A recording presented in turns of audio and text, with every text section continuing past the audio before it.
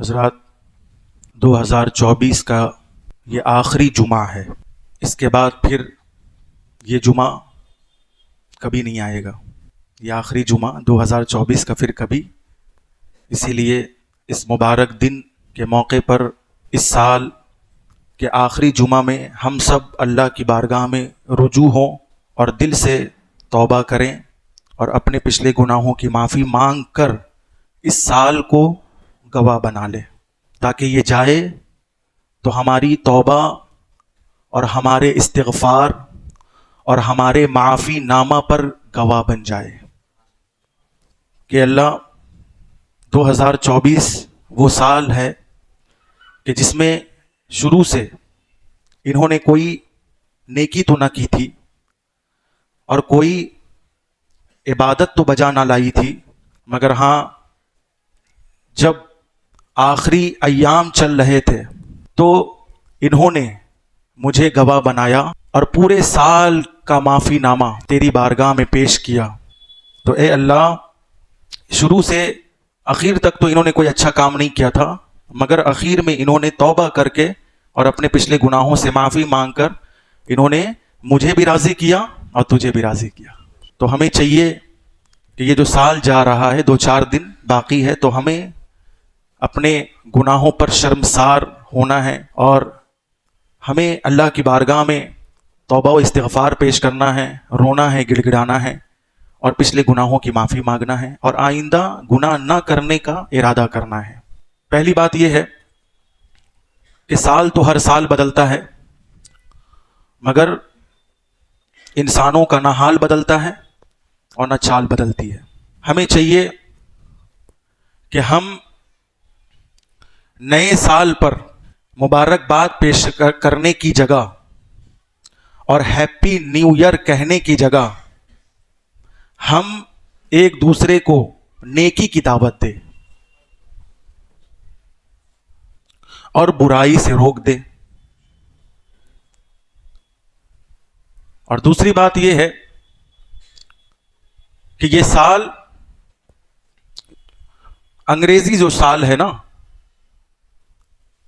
اس کی شروعات اور اس کا آغاز جنوری سے ہوتا ہے اور مسلمانوں کے اسلامی سال کا آغاز محرم الحرام سے ہوتا ہے۔ تو ہمیں نہ کرسمس ڈے 25 دسمبر سے کوئی مطلب ہونا چاہیے اور نہ 31 نائٹ سے کوئی مطلب ہونا چاہیے، کیونکہ مسلمانوں کا سال محرم الحرام سے شروع ہوتا ہے۔ محرم کا چاند فلک پر نمودار ہوتا ہے تو مسلمان ایک دوسروں کو مبارکباد بھی پیش کرتے ہیں اور یہ دعا بھی پڑھتے ہیں، اللہم اہلہ علینا بالامن والایمان والسلامت والاسلام، اور اللہ سے دعا کرتے ہیں۔ اور کسی تجربہ کار نے کہا تھا کہ جانوروں کا سال جنوری سے شروع ہوتا ہے، چونکہ 31 رات میں وہ کون سا ایسا گناہ نہیں جو اس روئے زمین پر انجام نہ دیے جاتے ہوں۔ جانوروں کی طرح حرکت ہوتی ہے، انسانیت شرمسار ہو جاتی ہے، حیوانیت غالب آ جاتی ہے۔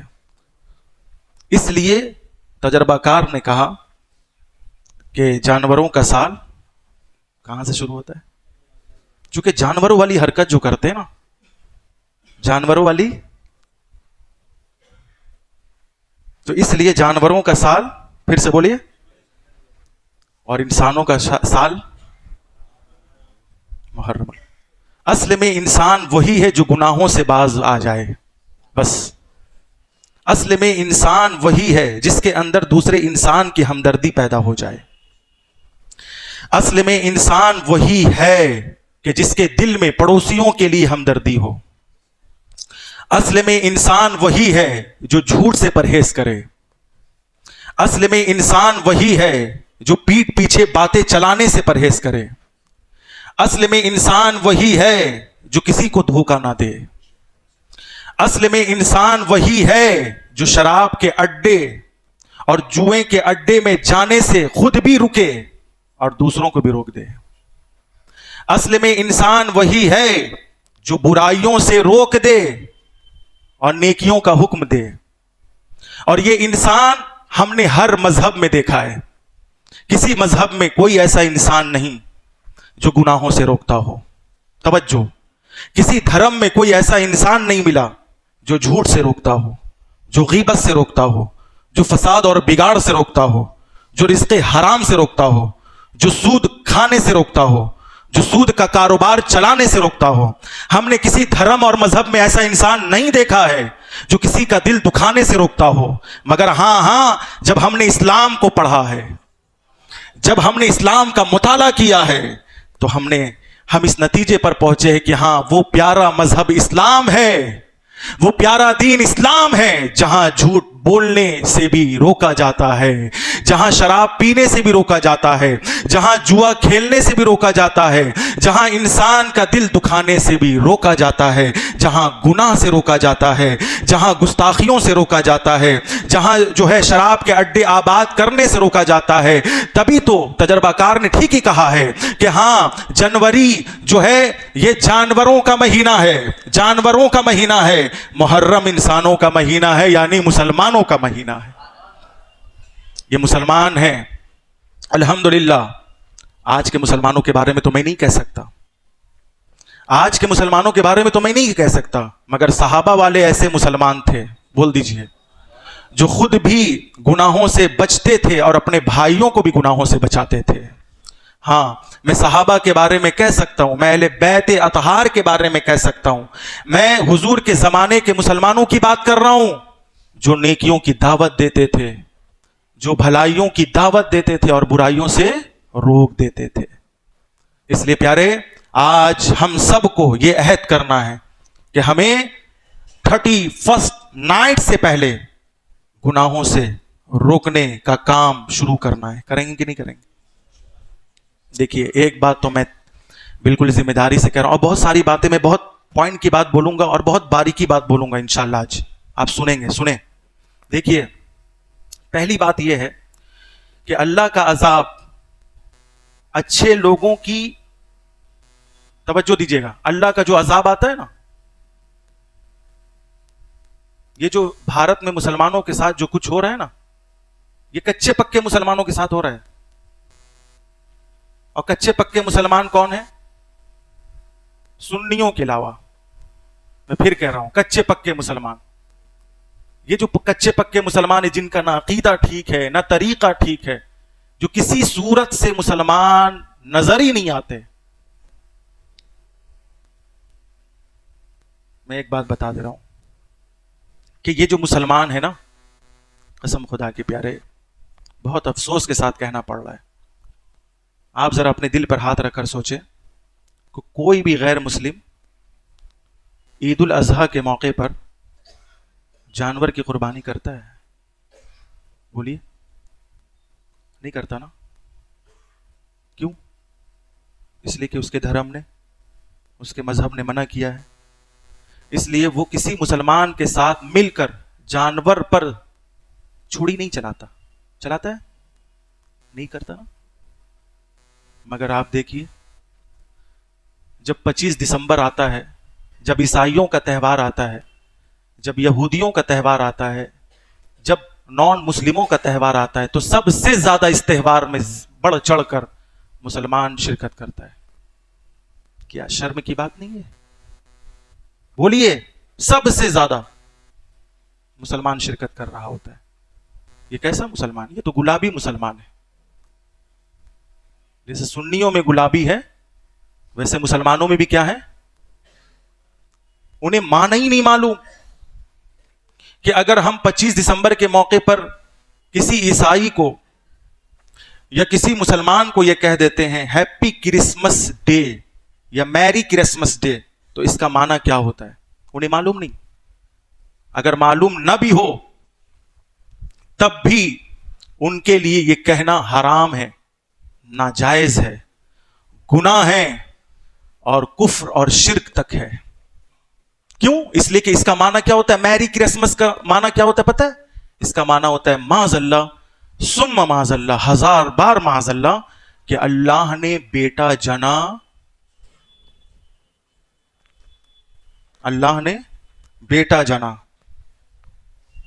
اس کی مبارکباد ہم دے رہے ہیں، جبکہ قرآن نے کہا لم یلد ولم یولد۔ اللہ کی شان یہ ہے نہ وہ جنتا ہے نہ اسے کسی نے جنا ہے۔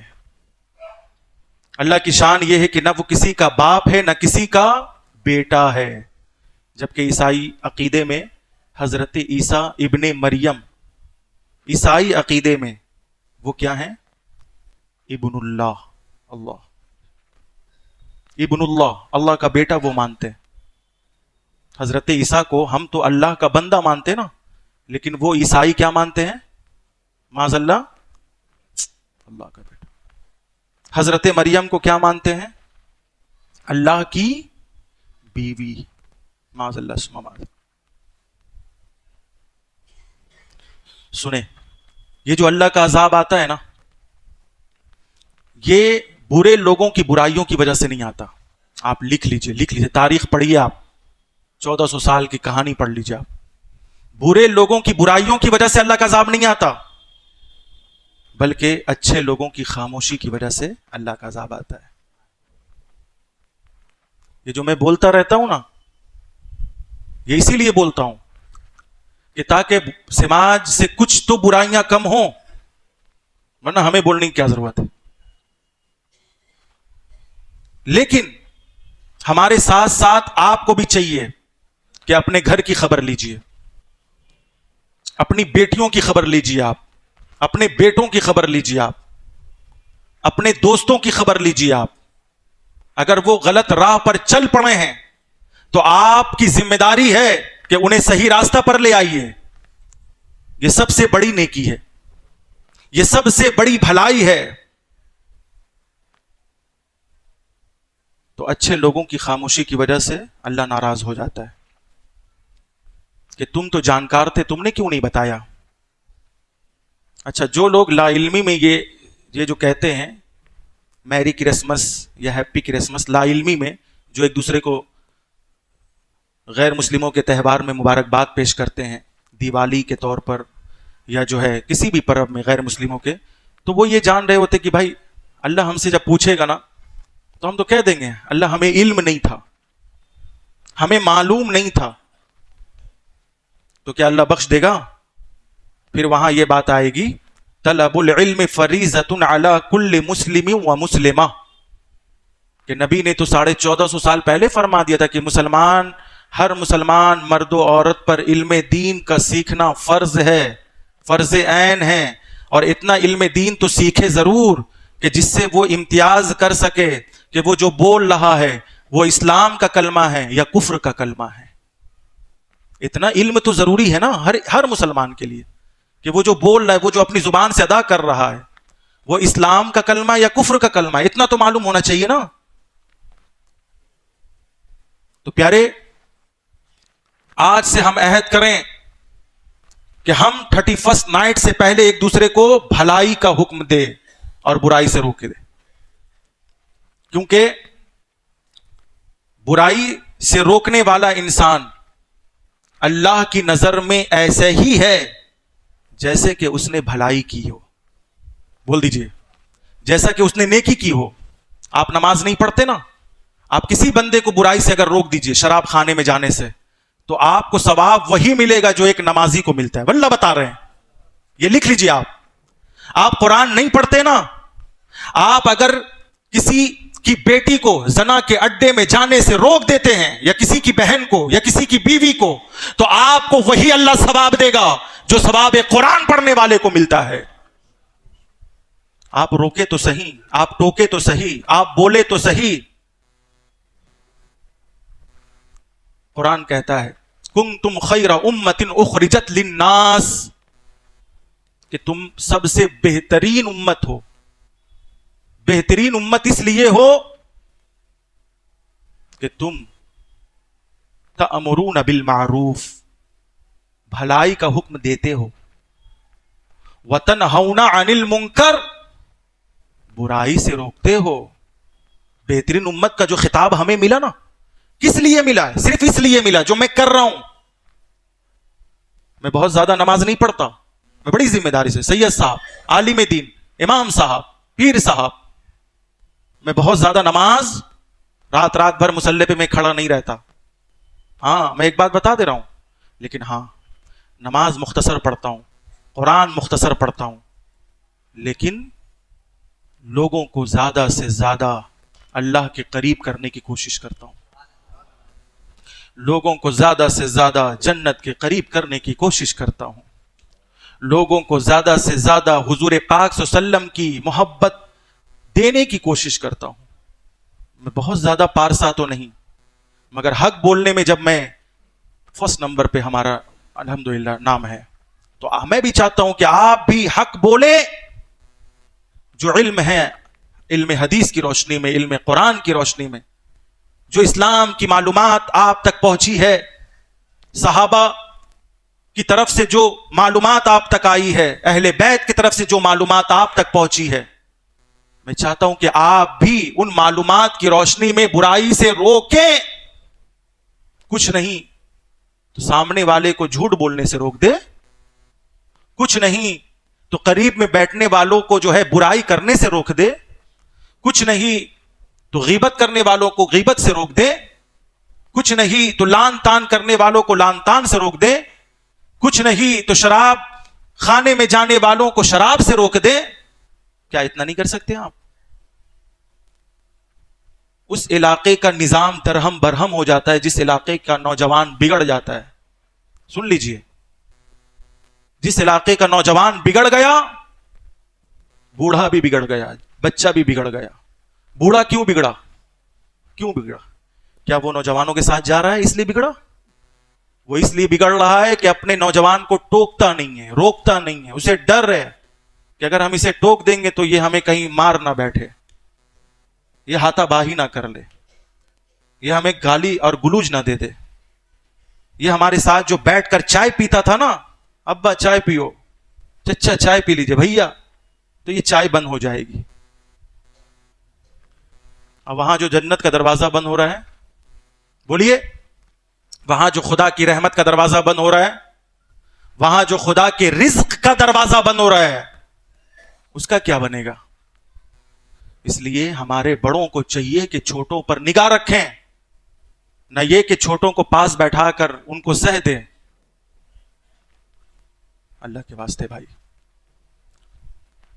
2025 آنے والا ہے نا, سب عہد کیجئے کہ 2025 میں ہم کوئی ایسا گناہ نہ کرے کہ جس کی وجہ سے اللہ اس کا رسول ناراض ہو جائے. اگر اب بھی آپ کی اصلاح نہیں ہوئی اور آپ نہیں سدھرے, تو اب جو ہے 2025 میں سدھرنے کا ارادہ کر لیں. آپ سمجھ رہے ہیں آپ؟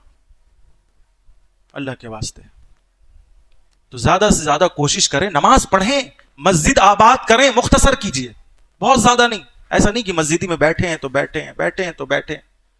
آنے جانے والوں کو بھی تکلیف ہو رہی ہے. مسجد صاف کریں, مگر ایسا نہیں صاف کیجئے کہ 10 لوگ دیکھیں آپ کو کہ ہاں یہ مسجد کا بڑا خیال رکھتا ہے. نہیں, یہ سب کی ضرورت نہیں ہے. مسجد کی صفائی کے لیے مسجد کا خادم کافی ہے, مسجد کا مؤذن کافی ہے. آپ برائیوں سے رکیے اور روکیے, آپ بھلائیوں کا حکم دیجئے. یہ علاقے میں کیا ہو رہا ہے, کس قدر بے راہ روی کے لوگ شکار ہو رہے ہیں, کس قدر نوجوان بگڑ رہے ہیں, صرف ہمارے عہدہ داروں کی وجہ سے, ذمہ داروں کی وجہ سے. تو قرآن نے کہہ دیا, یا ایھا الذین آمنوا لا تتخذوا اليہود والنصارى اولیاء, اے ایمان والو یہود و نصارہ کو دوست نہ بناؤ, یہود و نصارہ کے طریقے پر نہ چلو. یہ جو اسلام میں جو 73 فرقے وجود میں آئے نا, اب میں کھول رہا ہوں راز, سنیں. یہ جو 73 فرقے وجود میں آئے, اس میں بھی یہود و نصارہ کی سازش ہے. یہود و نصارہ اسلام کے ازلی دشمن ہیں, پیدائشی دشمن ہیں. آپ کیا سمجھ رہے ہیں کہ آپ ان کے تہوار میں شرکت کیجئے گا تو وہ آپ کے اسلام کو قبول کر لیں گے؟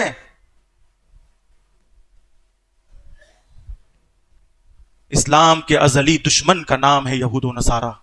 آج جو اسلام میں یہ جو فرقہ ہوا نا، یہ جو فرقہ بندی چل رہی، یہ جو ہے، یہ جو 73 فرقے وجود میں آئے، بلکہ میں تو کہتا ہوں 72 فرقے.